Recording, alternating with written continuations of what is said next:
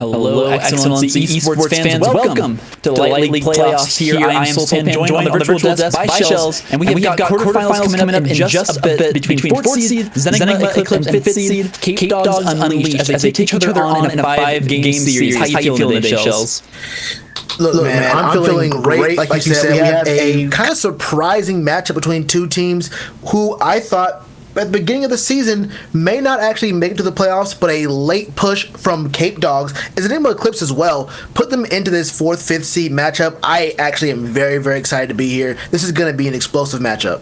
Yeah, it did come down to some of those Week 9 games, and both these teams managing to make it here and now, and they got to take on the immediate seeding, 4 and 5. So we got an exciting matchup on our hands. Early in the season, of course, Capedogs took Zenigma 2-1, but time has passed. The meta has changed. Teams have improved, and we'll have to see if that will continue to hold true here in this series. Yeah, things have changed, but some things are kind of the same when you look at these two teams. More specifically, when you look at these two junglers. Now, when you see a guy like Zenigma, he plays a lot of this Zen Zhao, but so does Pallycraft. And Pallycraft was a player that we had our eyes on. We were thinking about who was going to be wrapping up maybe the 3rd place in our all-pro teams. But both these guys play Zen Zhao. We've seen some crazy Zen Zhao heroics from Zenigma on stream. Not like 2 weeks ago. We saw him get some crazy steals, some immaculate plays with some very good mobility on that champion, able to sometimes hard carry Zenigma Eclipse on that champion. But Pallycraft is a very strong jungler himself. They have a very aggressive playstyle. Both these guys have a very aggressive playstyle, and I think that's the big thing in League right now. If you have a very aggressive jungler, you can make yourself give yourself a really strong advantage early on in the game and snowball from there. And Zen Zhao is a champ that loves to do that. Keep an eye out for that and pick ban phases, because I think it's going to be highly, like you said before we started streaming, highly contested here. Yeah, I believe my exact prediction was it'll get picked in one game, and then both the teams will be like, okay, blue side can't have that anymore. We'll see it banned from red side, because blue side will pick round 1 every single time, I believe, if it's left open this series. Both these junglers, kind of the crux of their teams. Pallycraft, made the all-pro team. Jungle Gym, definitely one of the close runner-ups there, and they both play this early game dominant champion. So beyond that, I don't think they share too much of a champion pool. Where I'm looking after that is actually towards this bottom lane between Hey It's Talent and Fifi Do You Love Me. Similar champion pools. You got the traditional engaged supports, Leona Nautilus, Hey It's Talent kind of having a pocket pick Maokai. We'll have to see if that one comes out in this series. But also Seraphine, one of the most heavily contested, or heavily at least banned out champions here in Light League. We'll have to see if that continues through this series as well, or if we'll look to see get a little bit more targeted towards these engaged champions in the bottom lane. Yeah, these support players are going to have a huge effect on on how this game does go forward. Like you said, the Maokai pocket pick for Hey It's Talon. We have seen Tonic and Fifi Do You Love Me pull out the Senna Cho'Gath, which is a pretty fun pick to see from time to time. But I have to tell you that I'm looking at Yodacious for sure. I know Tonic136 was the guy we were looking at a bit when we were doing our all-pro voting, but I was telling y'all that Yodacious he's a bot laner who is very, very good at what he does. I think he just was edged out for maybe some narrative reasons, something that I myself even supported, but Yodacious is another player to look out for. Talon and Yodacious are a very, very good two-man tandem in this in our league here, and I definitely have an eye on those two in the bot lane in this game. Yeah, I could absolutely call him the runner-up. Kind of a slightly different champion pool. Likes the Ashe, which I know you're not a huge fan of. But on the other side, when you play things, or when you have Tonic who's playing things like the Vayne, if they can find ways to shut down that carry, with one of these crowd-controlled, longer-range 80 carries that, Yodacious tends to favor, could absolutely see just some bot lane kingdom here for Capedogs Unleashed. And assuming Pallycraft continue to play bot side like he tends to, I'm really looking to see this bottom lane with Yodacious go off in this series. Yeah, those utility AD carries, not my favorite, but when you have a support and a jungler who enable you and put those resources in your pocket, you can pop off on an Ashe, on a Jhin. So I'm all good for it as long as you're winning on it. But like a callback to my week 1 predictions, I'm all about these results-based analysis. If you're winning on it, it's the best choice for the meta. If you're losing on it, you might need to go back to the drawing board and chalk up the L and take a different route for your future games. Yeah, absolutely. I mean, I think it's always really interesting in best of 5 series. We haven't had Light League is played as a block of 3. Best of 5 series is an entirely different animal. You never know if a team can turn around at that game 3 point and just flip the series on its head if they end up getting 0-2'd out. It is entirely possible for one team to just pop off in the series and close it out instantly. It's so interesting, the dynamics of a best of 5, how the drafts change and shift throughout the entire thing, and kind of get your own developed mini meta within the pick and ban, as both these teams will be looking to pick up their power picks or comfort picks. Again, like we mentioned earlier, Xin Zhao in the jungle, as well as probably a Vayne here for Tonic.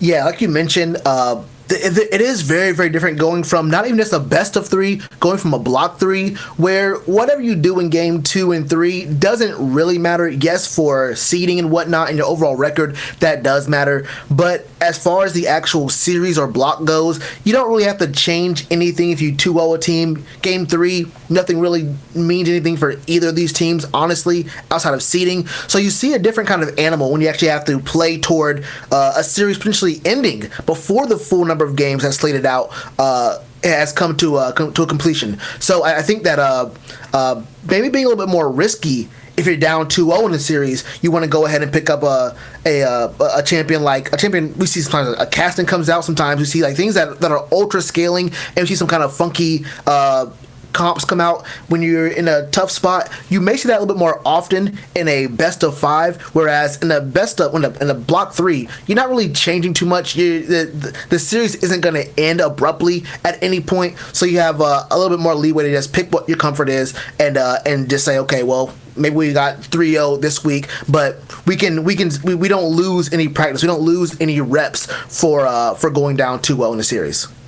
All right, now, Shells, let's get bold here. Let's talk predictions and what you think will happen. We got the 4th seed and the 5th seed. Is there a team you're looking at here that has a slight edge over the other? You know, I gotta say, I'm looking more toward Capedogs here. I like a lot what Audacious can do. I like Pallycraft a lot. And Capedogs was a team that, honestly, I think before you came onto the casting team, but we were memeing them kind of hard, thinking like, they weren't going to be a very great team. They had a very cool logo, but outside of that, there wasn't much going for them for the first few weeks here. But I mean, after seeing them basically just boost themselves out of mediocrity into what it looks to be, a pretty strong team so far, I gotta say, I like the idea of a team using its momentum from the back half of the season and getting themselves in the right mindset, in the right kind of playing shape to come into playoffs. I think that kind of momentum can help a team like Capedogs here. I mean, I can't let you have a prediction and then not give my own, and so they just called it a bold thing to do. So I'm also actually here for Capedogs. They were actually the first team I casted coming into Light League. Got them on the 2nd channel against Lotus White, actually, and they actually took that series 2-0, and I saw a lot of great things from this team. I'm looking for them to continue that success. I know that they can. This is a team that can beat out the best of the best within Excellency Light League, and assuming they can find that same consistency and bring that same level of play that they were showing me against Lotus White, I believe that this is a team that can go far here and make a deep playoffs run. Yeah, I definitely agree, and we'll have to see how exactly that works out, because you do understand that looking forward to our next matchup, you understand if Capedogs does win this matchup as the 5th seed, then they may have to go ahead and go up against I think it's Lotus White, if I'm not mistaken. I think they're the lowest. That's correct. It's 3-4 and then 4-5. Yeah. So they'll be going up against Lotus White if they do win this matchup here. And Lotus White is a very, very strong team. Obviously, the highest rated team, highest seeded team in Excellency Light. They had I think they just missed out on winning it all last season, and they come back with a vengeance. Their whole squad basically was in at least one of our levels of All Pro in this split. So they're looking very, very good. They have a bye for themselves, obviously, and Capedogs is going to have to put their best foot forward this week and in our following week to go up against Lotus White if they do win this series, and I think they're up to the task. And that's always the toughest thing about playoffs. Lotus White 100% is watching this right now, going to analyze these drafts, analyze every game they get. The longer the series goes, the more strats they give away, what they're playing on the current patch, what they're playing in the current meta. So it's dangerous here for these lower seeded teams, as they have another match to play through. That first and second round bye, going over to Hawkthorn and, of course, Lotus White, like we were talking. So advantageous for these teams, and I'm sure they're just very happy to be sitting there up in the semifinals, just waiting for whatever one of these teams will manage to come out on top today to come toward them. Yeah, you do always have the risk of when you don't have the bye week, you might give away something or something like that. But there is also the kind of thought process that having a week off, not playing, can have a bit of you get a little bit too complacent. You get a little bit. You're not really playing competitively for that week. You might be in scrims and whatnot, but when a team's coming off of a strong win off a previous week and you're coming off of ice, there may be a little bit of momentum that a team like CDU, maybe even Zenigma if they go against Hawthorne, if what one of these two teams could do in their next matchup. So there's a bit of, yes, you can get some more scouting on one of these two teams, but they're coming off of potentially a strong win and a lot of momentum going into you. So you have to make sure you take them seriously and, maybe fight back against a very strong game one, which can have you in an uphill battle, even if you are the higher seeded team. Well, all right. That's all the time we got for analysis. It's time to get into the draft. We'll be throwing it over to Zilla and Shells, and they'll break that one down for you. I'll be rejoining you on the broadcast in just a little bit. Stay tuned. Draft is coming up. Thanks a lot, Solpin, man. You did a great job. I'm here with my guy, Zilla, for the draft here, man. How you feeling today, Zilla? I'm feeling good, and I'm ready to see the first quarterfinals of playoffs go on. Okay. And we're going to get right into the draft right now as we are already getting into these bands. We see, first off, the Wukong band coming through for Capedogs here. A little bit surprising. I know Daze does play. I'm sorry. I know Winterfresh does play this quite a bit, but this is still a kind of surprising first ban for Capedogs here. Yeah, and I agree with you on that. But Wukong, he in this lower elo, if he gets the ball rolling, he's gonna be really strong for late game. Yeah, we've seen Winterfresh do some crazy things on the Wukong. I just find it kind of funny when you have things like the Viego and the Akali. As just seeing Wukong being the first ban doesn't make it any more strong or less strong being the first one, but it just shows that little bit of respect you have for Winterfresh, saying the first thing we thought of was you and that Wukong. And like you said, flanking angles, team fights, Wukong is a monster. We do also see 3 more extremely annoying champions in the Gwen, Nocturne, and Xin Zhao in our first game. I don't know if we're going to see Xin Zhao at all in this series. Zilla. Yeah, I agree with you. Before the stream started, I was talking to Solpin, and we were talking about maybe it's slipping through one game, but we're seeing it coming through now. It's not even going to slip through the first game. Nah, we're not going to be able to see that champion, and like I said, I'm not sure we ever will. But like I said, it was kind of strange to see a Wukong first ban. It's a little bit more strange to see a Trundle first pick. Now, look, I love Trundle. Trundle's my favorite champion in the entire game, but I won't lie. I hope this is going to be going to Daze and not Pallycraft. I don't like Trundle in the jungle right now just because most people's build paths don't fit what he likes to do in the jungle or what he can do in the jungle. And I think top lane Trundle with something like the Hole Breaker is just it's crazy. It's actually ridiculous what he can do with Divine Sunder and Hole Breaker. I definitely want to see Daze pick up this champion here. I agree with you, and you're talking about the Hole Breaker. That's such a good item because how Trundle is such a split push champ. He doesn't really he doesn't need to be with the team, and then if he's in a 1v2 situation, you can pop the ult and basically just become a stronger champ.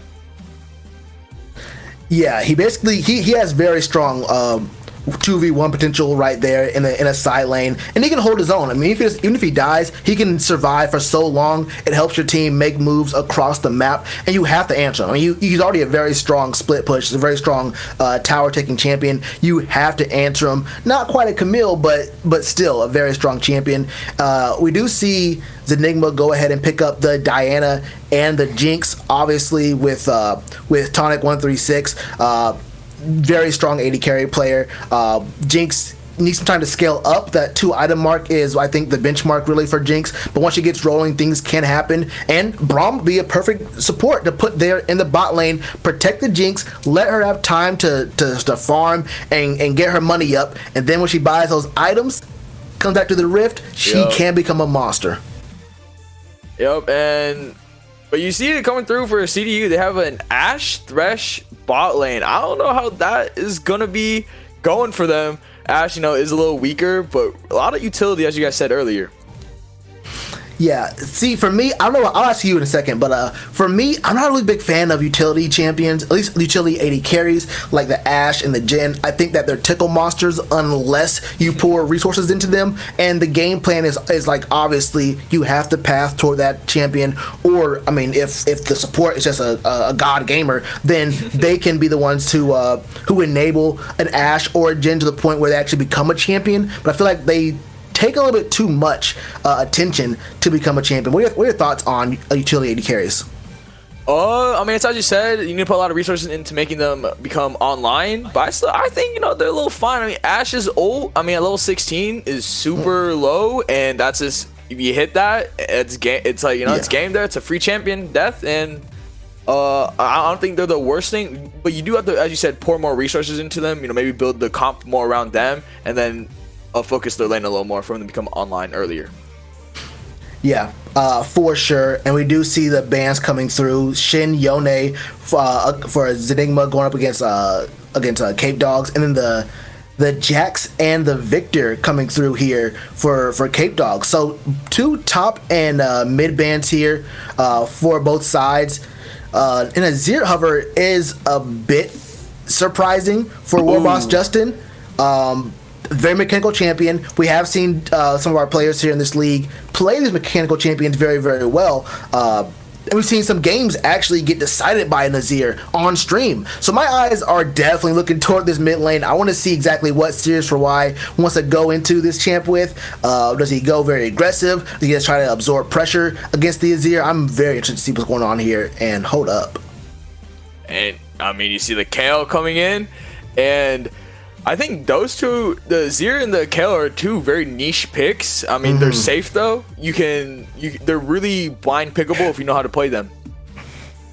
Yeah, blind pick, we know how to play them, and they both scale incredibly well. One scales a little bit better than the other, but there is it's like a bit of an insurance policy, right? When you have a strong Kale player, you're able to, the game gets out of hand a little bit. By the 25-30 minute mark, you always have an out as long as you're kind of in the game, as long as you have a chance to survive in a team fight. But having this Mundo come out makes me think that we're looking at Trundle jungle, Mundo top.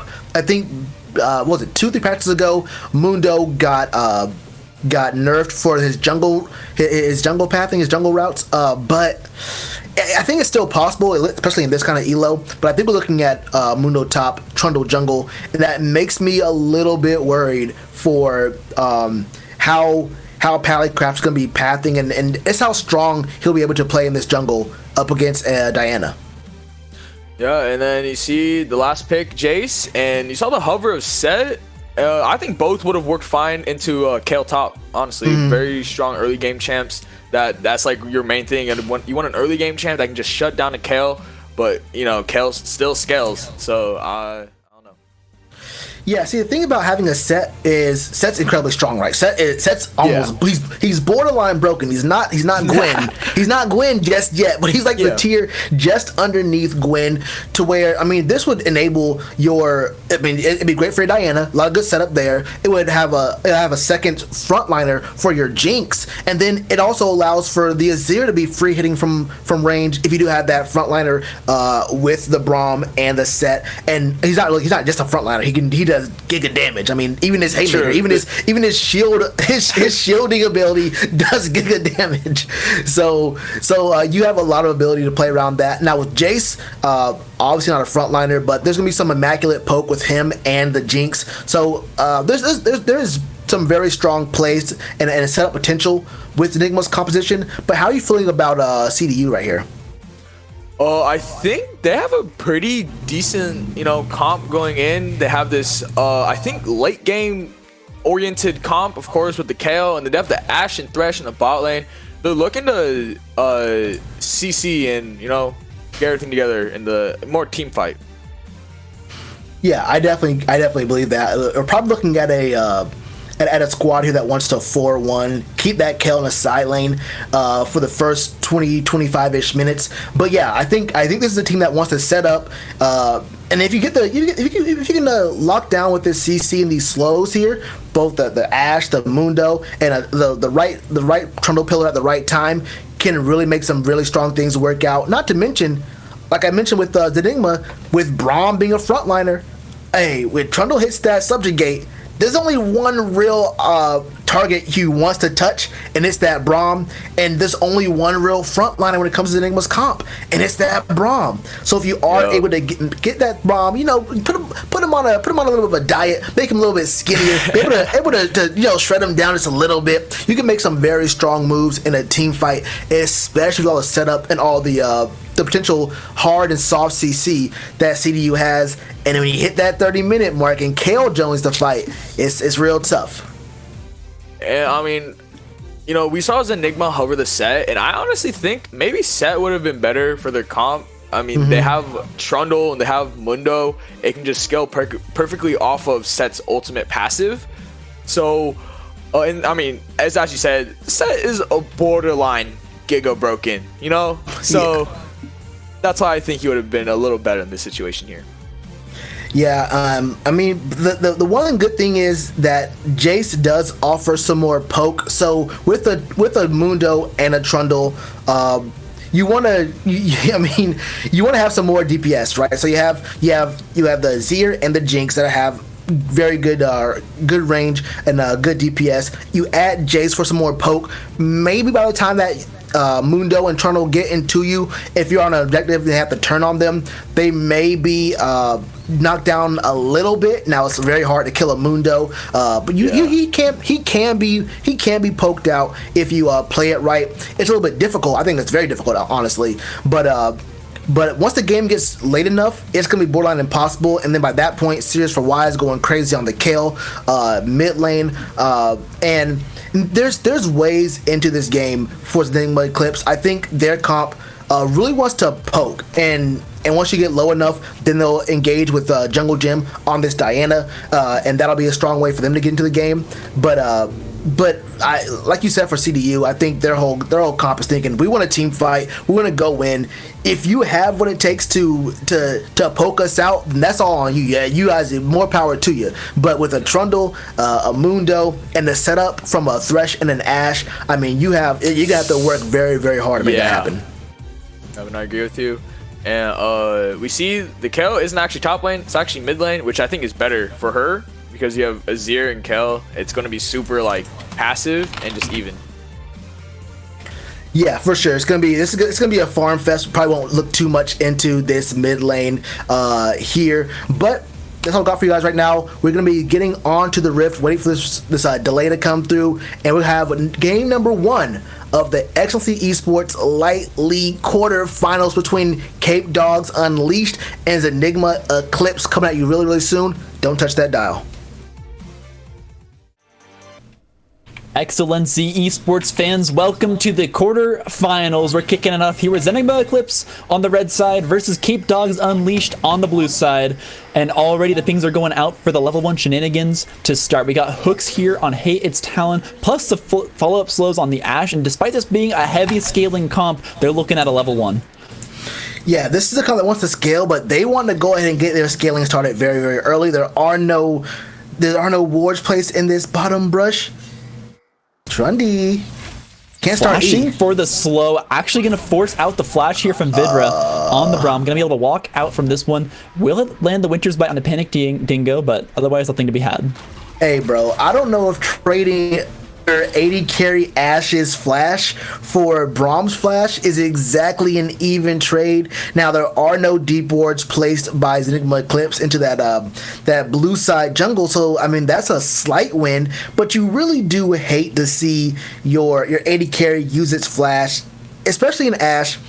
There's a bit of safety with this Thresh being here, but into a Jinx Braum and Diana jungle coming from top to the bot lane, pathing wise, you're never gonna have a good time. That's not a very fair trade. Yeah, and that may even be a reactionary move here from Jungle Jim, looking to start on the top side just so we can path down to punish the splash in the early game. But again, we have the Lantern here, and as long as his Talon has the awareness and can get some good wards out, there's almost no way that this gank succeeds. almost no way it succeeds, but there are ways to poke down this Ashe and get Yodashis out of lane. In some situations, just get him very, very low, and the threat itself can cause him to lose some of that gold and experience. We'll see how he works the lane, though. It could end up being not very impactful at all, but we do know how strong of a champ Braum is. Yeah, I'm just poking him out with a death sentence. Nothing else to be followed up from that. Yeah. But again, you gotta be careful here. This is a Thresh, of course. If you can land that hook on the Tonic, just thread it through some minions, find a sneaky little flash predict or something. There is a chance that this bot lane could just go off early.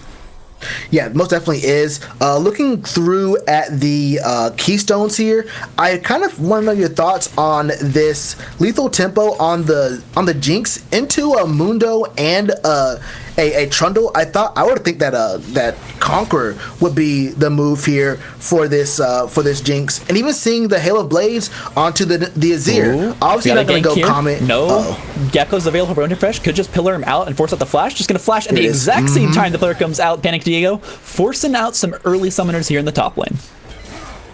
Yep, that is one way to go ahead and make moves on the map. Your AD carry flashes level 1. You take away this Jace's mobility level 3, and now there is a way for this Mundo to play this lane so much stronger. It's running that grasp. It's going to be extraordinary. I mean, this going to be, you have to play the lane so poorly as Daze to actually lose out and have any kind of kill pressure on yourself. So he should be in a very, very strong spot. Here's Ashe cheating with that Hawk shot. One of the most broken abilities in the entire game.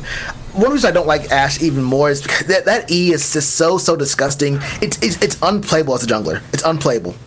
Speaking of junglers, we got Panic Diego. If you look at the minimap, he was just sitting on a ward in that Pixel Bush and Topside River.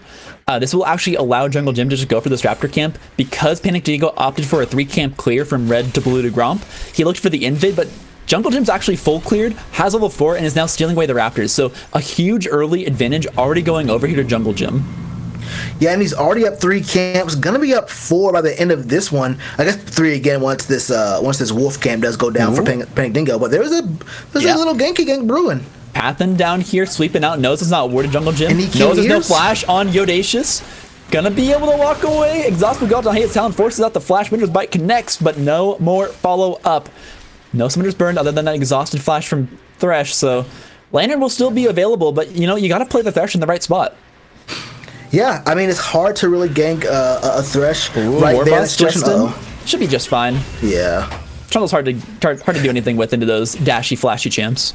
Yeah, when you have all that mobility on a champ like Azir, honestly, if I'm Panic Dingo or Jungle Jim, Serious for Y and Warboss just have to be playing the lane so egregiously disrespectful that they're killing themselves in order for a real game to go off here. You're just really not going to find too much real estate here between an Azir and a Kayle. It's just not going to happen. I think you really want to focus top side or bot side for the most part.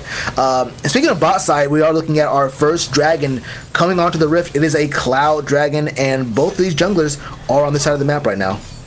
Yeah, just keep in mind there is a slight experience lead here for Jungle Jim. Of course, doesn't really factor into the new smite changes, where you either got flat 450 or flat 900, but just the power and the team fight difference. Now, there is a good shove in here on the timing for Yodashis and Hate its talents. They should be able to pick up this dragon. Being quickly started up here by Panic Dingo. You know, a great Trundle, really good at soloing dragons early. You should be able to pick this Cloud Dragon without any trouble. Yeah, Trundle is amazing at taking these objectives very early in the game. Level 3 Trundle can solo out the dragon, and he can even get rid of these heralds by himself without there being too much trouble. Bit of trouble, good pillar. Gonna force it to flash. Death Sentence will not connect, but you gotta be careful when you don't have anything to jump to. That pillar is deadly. Yeah, this is showing the kind of strength that Trundle has, and Talon doesn't understand that there's a ward there, but it's going to die soon. Nothing's really going to happen here at all as he gives that cannon over to Yodashis. Winter Fresh. Oh, good stomp. Picking up that extra Mundo health. Recently reworked, so still working on the names, but actually just going to get full on shuffled here in the middle lane. You're level 4 into level 6 Azir forces out the flash on Panic Dingo. That Trundle is struggling to find success here beyond that top lane gank. I'm not gonna lie to you. You really cannot gank this mid lane. I don't think either one of these junglers can. And I think we just saw Jungle Jim go ahead and take away the Gromp. And there's gonna be a control ward on Trundle's blue as well. So not only is he taking away camps, he's up 3 right now. He's also gonna know exactly where Trundle is even after that failed gank, where he actually lost more than Warboss Justin did. Now there's a little bit more safety for Sears for Y, as a Destinance is more of a jump scare there for Vidra. But it's gonna be a pretty rough time, like you mentioned, for Panic Dingo here on this Trundle, because he really can't find much real estate, and he's really getting out jungled by a champion that is way more stronger than meta right now than he is. Yeah, I also wanted to point out, I don't think you've touched on this just yet, but Panic Dingo isn't the usual starting jungler here for Capedogs Unleashed. This either means that they have got Polycraft YouTube just sitting in the wings, or he just can't make it today. So either way, they're playing with a sub. Might be part of the weakness of this team right now. On the other side, we have Vidra in the bottom lane in for Fifi Do You Love Me on the Braum. Still seeing some good play, but again, a few mistakes here and there, as both these teams probably adjusting to the difference in communication that both these new players and substitutes bring. Exactly, and Jungle Gym, maybe that is an alt account for Zen Jaredon, but if that's not, then he's another player who is not a usual hold up. Ooh, Winter Fresh on the first blood, forces out the Mundo Flash as well. We'll trade it with his own, but he finds the solo kill top under the tower, and that's the power of playing a strong laner there in the top lane. Had the Executioners to make sure that you couldn't heal up too much, and despite the Thormail build, Days will fall. Yep, Days does fall in a matchup that honestly he should not have. There shouldn't be that much kill pressure into the Mundo, even though it is a poke champion in Jace and he does have Executioner's first back. It's very, very tough for him to be in this spot. Now we're looking at Panic Dingo up here in the top side. Just doesn't want to go for his blue anymore. Starts it up, or I guess takes away the ward, and then ignores every single camp in that quadrant of the map. Maybe looking for a gank mid, but I can tell you how this is going to turn out for him. You gotta sweep out that pixel bush. Warboss Justin actually getting really low here. Doesn't have the dash, forces out the flash here from the kill, but it's another trade here in the top lane as Days gets engaged on by Winterfresh, but no one will go down. Flash for flash in the middle lane. Azir just became a little bit more vulnerable. Yeah, cool. so... But actually, we still got some action. Glacial Fisher comes out here on a Hayat's Talon. Not going to find anyone just yet, but the traps might pick something up. Yodashi's getting exhausted, but they're zoning out so well with that box. A great ultimate from Hayat's Talon will make sure no more engagement can follow up, and they will survive and thrive here in the bottom lane. Two champs just slowing each other's engages away, just making sure that there's a lot of safety for their AD carries. Vidra and Hayat's Talon showing us how strong they are on these support champions in this role. And let's look at the top side. Look at how blue that river is being lit up right now. So many control wards. You have the Scuttle Crab. You have the Bush ward. No mana, no ult, no flash. That is a dead kill in the middle lane as Jungle Jim finds some success. Well, I said there wasn't another kill in the bot lane here, and Tina Crystal landing on the tonic, and they're just gonna pick this one up. Easy trade here in the bottom lane for Capedogs Unleashed, as it's another gank in the top lane. Action across the map as Winterfresh goes down to the pillar. Jungle Jim looking to follow up. Panic just go very low. Seal get engaged on Jungle Jim. Gonna find the kill with the chase forward. Has the Braum here as well, and they'll pick up the double kill on the Diana. 3-0 in the Jungle Jim. 3-0 in the jungle for this Diana, but this is going to spell maybe a play, perhaps two, for Yoda and Hayat's Talon here in the bot side. Now, if Jungle Jim and Vidra are able to parlay those kills there into a Herald, then all is well. But we're looking at Jungle Jim just backing and going to go ahead and use that gold that he was able to pick up on those kills to become strong on the map. But you miss an opportunity right there. For better or for worse, with your pathing and I guess your patience there, but moving the Braum up top lane, having Tonic die on this Jinx, and then giving up over, I think, 2.5 plates bot side to an Ashe is probably not a very great, very even trade for Zenigma Eclipse. Yeah, problematic might be a good word to describe it, as both these teams have hyper scaling, and so far it's just Zenigma Eclipse finding the right plays and getting the correct champions ahead here. Diana is massive right now. It's exactly what you want to see transition into this middle game, even picking up the dragon here with that added jungle presence. So they're going to find some more success for themselves here, attempting to trade in the top lane. They're going for Rift Herald. Yeah, but we're looking at the Braum, Azir. Everyone is rotating up here. It's gonna be a 4v2. It's gonna just go ahead and say thank you for the leash. Go ahead and get up off that Rift Herald. We want this thing too. And this is just what happens when you have a champion like Kale in the mid lane. Yes, both Kale and Azir do scale. They both scale very hard. But Warboss Justin on this Azir is a champion much sooner than a Kale is, and he doesn't suffer as much if he gets put behind early. Now he is down 20 CS, but he's still a stronger champion right now than Kale would be in a team fight, or at least a skirmish. Despite that rotation, I completely agree with what you're saying, but despite that rotation, able to find some plates here in the bottom lane as well, as they managed to pick up 2 of those, zoning out Jinx actually away from that CS. So Tomac going to be hurting a little bit here against Audacious in the bottom lane. We did call him out as one of our pop-off players, and he's looking to continue that success here. Skittle's got legs. Skittle's got legs. Yeah. You know, it happens to the best of us. Sometimes, I mean, I don't know. Skittle just reads your mind. You might have to ask the commission here to see if is this Scuttle Crab, is he scripting? Is he smurfing on the league right now? I don't know. But look, speaking of smurfing on the league right now, even though we've seen Zenigma Eclipse have such strong kills and interaction from Jungle Gym, look at the CS leads. You have almost 20, close to getting to 30 for Sirius for Y in the mid lane, looking at about 30 CS for Yodacious in the bot lane, and he has all those plates to his name as well. I mean, you're looking at these guys, look, and the gold's even though Zenigma has been playing very, very strong on the map, borderline mostly because of Jungle Gym, those kills, and that CS, getting those jungle camps.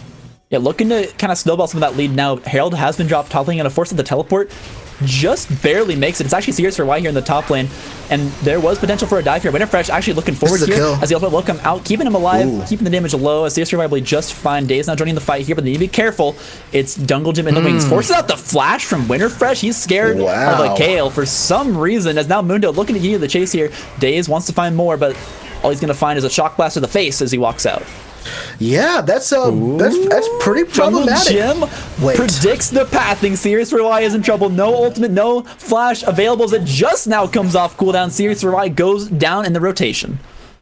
And this is partially questionable pathing from Sirius for Y, partially just a factor of Panic Dingo not being a factor at all in the jungle. If there was stronger jungle presence here, then you would probably not see Jungle Gym feel empowered to make these kind of aggressive moves, to play as technically disrespectfully as he has been in this game. But I mean, right now, just off of seeing what Panic Dingo's doing, he's got him beat in 20 CS. He's 4-0 to Panic Dingo's 1-1. I mean, you feel like you can do whatever you want to on this Diana if you're Jungle Gym, and he's not wrong.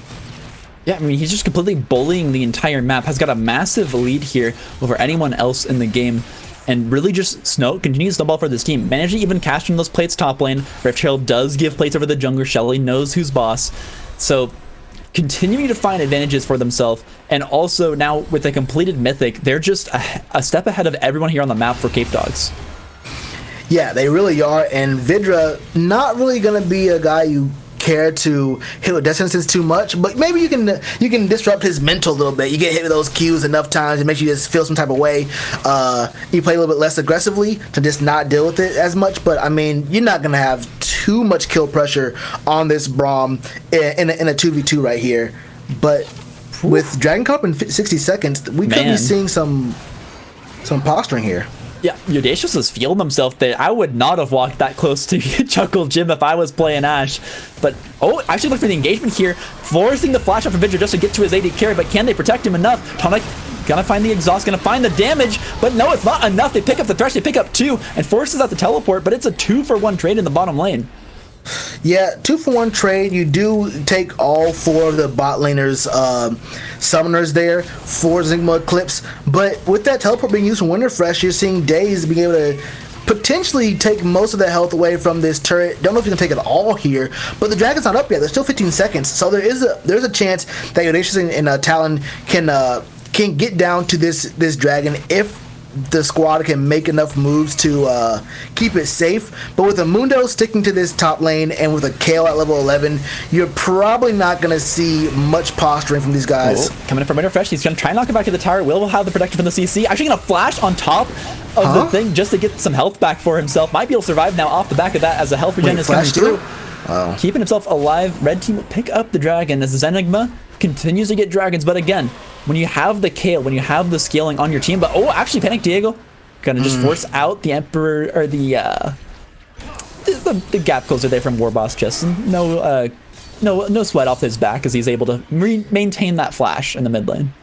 Yeah, I just call it the Sandy slide. I actually don't know what that's called, but it's the thing that makes Azir the second biggest thing that makes Azir annoying to deal with in the game. That's what I really call it. But speaking of things that are very, very annoying in the game, you're looking at Winterfresh actually playing almost really being a huge thorn in Daze's side. Like this Mundo isn't as unkillable as you would think right now. No item. He has the Bramble, has the Bomby Cinder, but honestly, he's not as tanky. He's not as unkillable as you would think Mundo should be at around the 17-minute mark. And as we do transition to the mid game here, we'll have to see just what kind of moves that Capedogs can make. They're not in any trouble of a Dragon Soul being threatened anytime soon, but I definitely want to see them have more presence on the map and start to look to team fight with maybe their beefy frontliners. Maybe you wait for this Sunfire for Mundo and then really try to get some action going. But trying to gank Warboss Justin is probably not the best move here.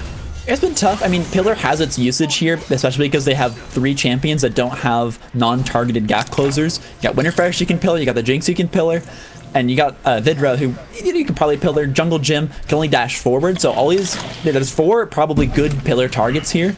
And the one I've seen the pillars get used on most has actually been Warboss Justin here in the middle lane. So looking to see him kind of move what his target has been in these team fights later on, but it just hasn't happened quite yet. No, that hasn't happened quite yet. And the thing is, even though I have my questions about this Trundle jungle pick here, the fact that this game is still moving forward, and if Capedogs is able to get this second or this 4th dragon, which will tie up at 2 apiece, having a Mundo and Kale giving them 10 more minutes of time to scale up is huge for them. Glacier Fisher coming out, they want to deny us. That sensible hook out back. Vidra, Jungle Gym getting slowed up and exhausted.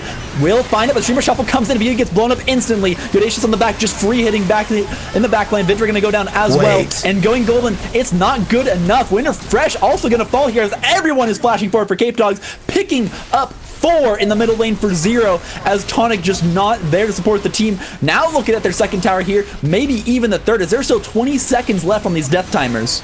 This is going to be an inhibitor for sure, and this is what we're talking about it. As we get into the mid game, how are we going to see these two guys, how are we going to see Capedogs team fight, and when they have like a beefy front line, can they force a fight and can they make moves happen against this more or less so of a poke composition?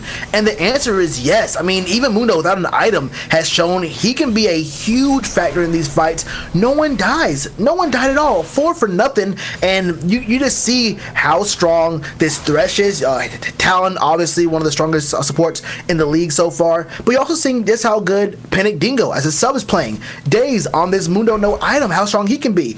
Serious for why, no kills so far, but 4 out of the 7 kills the team has, he's been a part of. He is a factor already, and they're only going to get stronger here. Yeah, I mean, really got to give a shout out here to Hey It's Talon, finding the exhaust and the CC at the right time, landing the box there on the Jungle Gym, just denying the ability for this Diana to do anything. 5-1 here, and they didn't have an impact in that fight at all.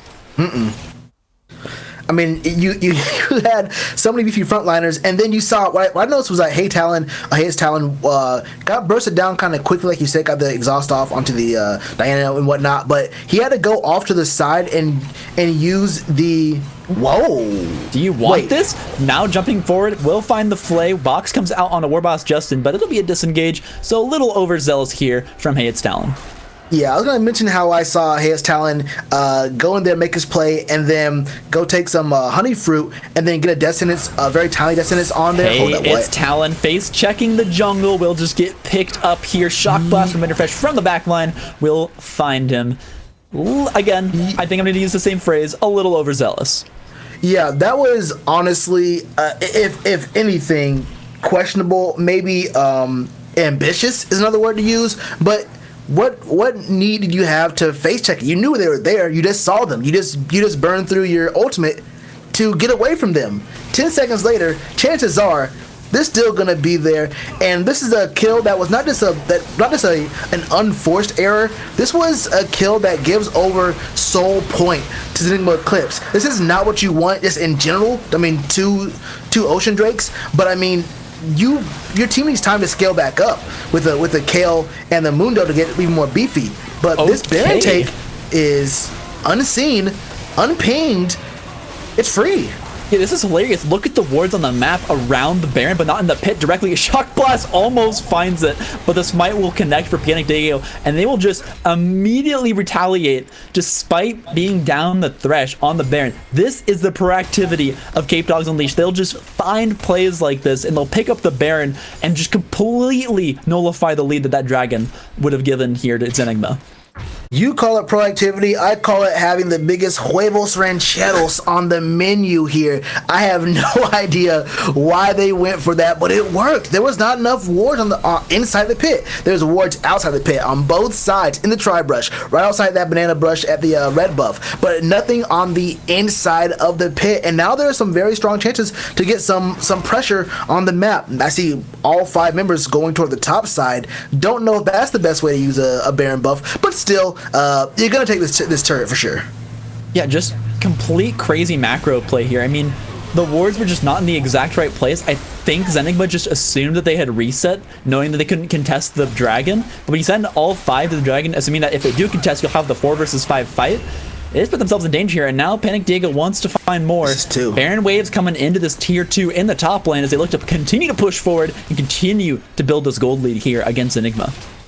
I guess the thought process is if we group as 5, we may be able to bait them into a team fight, but there's a little bit more I mean, you have a Kale here. You don't want to share all this XP and this gold. I think Sears for Y could really just go into a lane and you can 4-1 it. You're not going to have everyone from Zenigma all answer the Kale, and if they do, you're just going to burst down 2 different turrets. I mean, it's a win-win regardless in a 4-1 situation. Ooh. And now Daze. Yeah, they're looking at Daze here, but that's a tough sell. Maximum Dosage is going to come out and keep him plenty healthy here as he now chasing back forward, forcing 3 back as they want to find this middle lane. Tower down, but the ability from Azir, that is just the tower that he can pull up with the Shrima's Legacy, going to keep this inhibitor alive in the middle lane. Yeah, that's the 3rd biggest thing that makes Azir annoying on the Rift. Just a free turret whenever he wants. Daze. Okay. Yeah, not gonna find any kind of trouble there. Before, when he was half an item in like a thrift shop of components, it was a little bit tougher to kill him. But with Sunfire and Thornmail, you're basically hurting yourself more by trying to fight him solo. Even 2v1, you might find yourself in a pretty bad spot. So Capedogs have twice now found themselves in a very advantageous spot after spending most of the game on the back foot, spending most of the game at Jungle Jim's mercy, spending most of the game. I mean, look at Panic Dingo. He's only down 6 CS to Jungle Gym. He was down like 30 at 15 minutes, at like 12 minutes. He has come back alive in this game, and it's all because of the team fighting here and the fact that, okay, maybe in skirmishes, maybe, in laning phase, Trundle can't really have the same kind of effect that Diana can, but the longer the game goes on, he will become a bit stronger and able to make more moves, especially in pick positions and team fights. Absolutely. I think it's been a really good showing here from Capedogs Unleashed of team fighting and team play. It's been really good individual play from Jungle Gym, but just unable to find the correct engagements here. Robust Justin, that team fight in the middle lane, just went a little bit aggressively. And now, there's some good news and bad news. The good news is you have Soul Point against a team that outscales you, and you need this Ocean Soul, and you have 3 chances to do it. The bad news is Sirius for Y is level 14 on the Kale, and is rapidly approaching 15, and finally that dreaded level 16, where he just will become an unstoppable monster during these team fights. So you have to get this soul soon, win a fight, get a pick, find something, collapse on the soul, and then use that so you can win these team fights, because you have really good components of a strong team fighting composition here. You have Azir, you have Jinx. Just scale up, find the farm, get the soul, and you have a chance of coming back in this game. But right now, it's Capedogs Unleash's game to win. It most definitely is, and they have positioning here on this dragon. A lot of zoning coming out here from Panic Dingo, and it's gonna be hard for Vidra and the crew to come through and find purchase on this this bot side river. They really can't do it. I mean, you can just tell this dragon's gonna go down very quickly. All you can really do is try to get some push in the mid lane or force a fight after this dragon goes down. I'm not sure if this is the right not what call. you want. Acceleration Gate will be the disengage. Will land the Enchanted Crystal Arrow there onto the Jinx. Now the Death Sentence is coming forward. Shurima Shuffle trying to keep him away. A great counter engage here, but Yodesha's on the backline still free hitting. Sears for why the backline still free hitting. These carries are just doing the damage they need. No one gonna be able to find backline access here. Trying to pick up a double kill. Kale going crazy. Serious for Y on the double. And that'll be Capedogs Unleashed with the 5-4-0 ace in the middle lane. Yeah, I mean, we talked about it so many times, and even in the draft, we said this isn't a team that's really going to look to do very much in lane. You want to scale up. Yodesha needs a lot of resources to become a champion, but the biggest thing they have is team fighting. The biggest thing they can bring to the table here is team fighting, and at the very biggest moment, Zenigma Eclipse says, you know what? We have 3 dragons. They only have 1 so far. We can't allow them to get their second one ever. What if we were to force a team fight, which is something we don't like, but they do, and hope we coin flip a win here into a Trundle and a Mundo and a level 14, 15 Kale? Was not the best option there for them, but they have a couple more cracks at it to see if they can win this series, but not a very good first game here for them. Yeah, I mean, I have to say it was just steady heads here from the entire side of Capedogs. They knew they had the scaling. They didn't care about Soul Point happening because they knew they could find the fight anyways. And again, I would call it a game-winning Baron play. They trade out Soul Point for that Baron and did so much with it. They took down, I believe, 3 or 4 towers and won a fight off the back of it as well. And it even allowed them to create so much map pressure with the minion waves that they were able to just play or once they had priority in every single lane, they were able to just play toward the dragon, pick it up immediately. Zenigma felt like they had to do something to try and get back into the game, so they take a bad fight, and Capedogs Unleashed just wipes through them. That's the power of the Kale scaling comp. We'll have some more breaking down here of this game in just a little bit, as we'll be throwing over to our analyst desk for Zilla to come back, chat it out with you, Shells, but I will be taking a short break as we get set up here for this game 2 draft. I'll be right back, but Shells will be with you.